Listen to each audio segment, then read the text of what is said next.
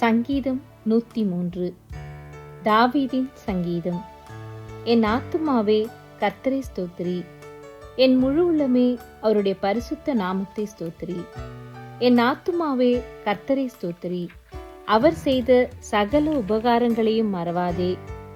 அவர் உன் அக்கிரமங்களையெல்லாம் மன்னித்து உன் நோய்களையெல்லாம் குணமாக்கி உன் பிராணனை அழிவுக்கு விலக்கி மீட்டு உன்னை கிருபையினாலும் இரக்கங்களினாலும் முடிசூட்டி நன்மையினால் உன் வாயை திருப்தியாக்குகிறார். கழுகுக்கு சமானமாய் உன் வயது திரும்ப வாழ வயது போல் ஆகிறது. ஒடுக்கப்படுகிற யாவருக்கும் கர்த்தர் நீதியையும் நியாயத்தையும் செய்கிறார்.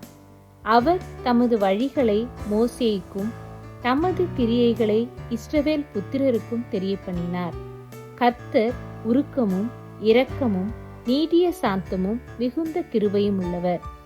அவர் எப்பொழுதும் கடிந்து கொள்ளார், என்றைக்கும் கோபம் கொண்டிரார்.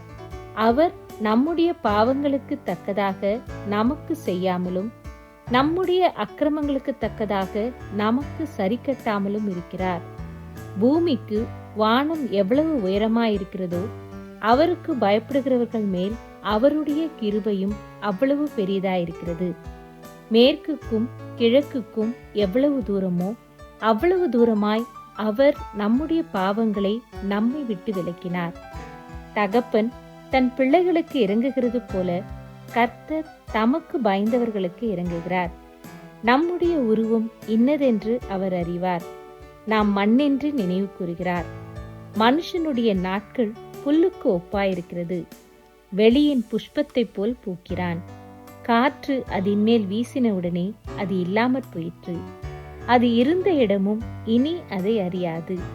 கர்த்தருடைய கிருபையோ அவருக்கு பயந்தவர்கள் மேலும் அவருடைய நீதி அவர்கள் பிள்ளைகளுடைய பிள்ளைகள் மேலும் அனாதியாய் என்றென்றைக்கும் உள்ளது.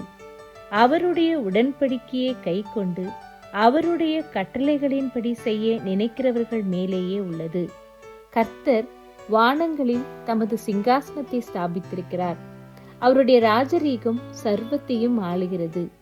கர்த்தருடைய வார்த்தையை கேட்டு அவருடைய வசனத்தின்படி செய்கிற பலத்த சௌரியவான்களாகிய அவருடைய தூதர்களே, அவரை ஸ்தோத்திரீங்கள்.